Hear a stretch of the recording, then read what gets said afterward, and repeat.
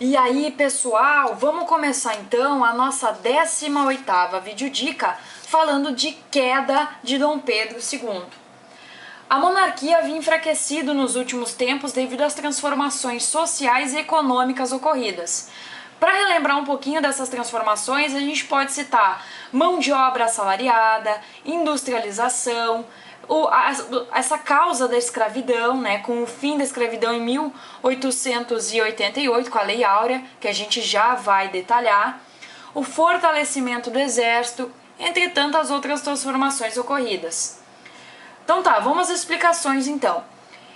Em 1868 a gente tem o fim da política da conciliação e também um crescimento do republicanismo, que vai querer o fim da monarquia e a sua substituição pela república. Também podemos destacar a questão religiosa. O que aconteceu? Em 1864, teve a publicação da Bula Syllabus, feita pelo Papa Pio IX.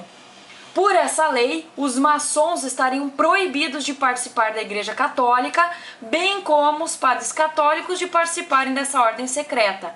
Só que o problema era que o Dom Pedro II e muitos outros políticos eram maçons. Aí veio esse embate da Igreja Católica, né, a questão religiosa, com os maçons, com Dom Pedro, com a monarquia, com o governo. Enfim, vamos lá. Outra causa foi a questão da abolição da escravatura, né, da escravidão. A escravidão no Brasil vinha decaindo em importância econômica e as campanhas abolicionistas ajudaram a criar uma conscientização popular. Lembrando que o fim da escravidão foi um processo lento para que não houvesse grandes problemas econômicos e sociais. Bom, lembra que eu falei da Lei Bill Aberdeen e da Lei Eusébio de Queiroz? Pois é, gente, foram o início desse processo até chegar à Lei Áurea. Bom, depois disso, claro, a gente teve algumas leis, que foi, por exemplo, a Lei do Ventre Livre, a Lei Saraiva-Cotegipe, que a gente vai detalhar agora.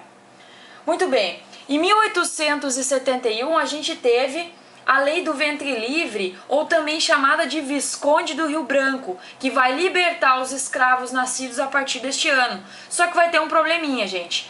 Esta Lei do Ventre Livre, olha só o que acontecia. Os donos dos escravos, eles deveriam criar os filhos dos escravos até os 8 anos, quando então poderiam entregá-los ao governo em troca de uma indenização. Mas se eles achassem melhor, eles poderiam ficar com essa criança até os seus 21 anos de idade, utilizando da sua mão de obra, que também era uma espécie de indenização. Em 1885, a gente teve a Lei Saraiva-Cotegipe, ou Lei dos Sexagenários, que libertava os escravos com mais de 65 anos. Essa lei foi motivo de muita piada e muita risada na época, porque pensa só, dificilmente tu vai ter algum escravo com mais de 65 anos, e se tu tiver, é justamente para tu te livrar das obrigações com esse escravo que já vai estar velho, cansado e não ter para onde ir. Muito bem. E aí, por fim, em 1888 a gente teve a Lei Áurea, quando então a princesa Isabel põe fim à escravidão no Brasil. Outro fator para a queda do Dom Pedro II foi a questão militar, que é o último item aí dessa nossa videodica.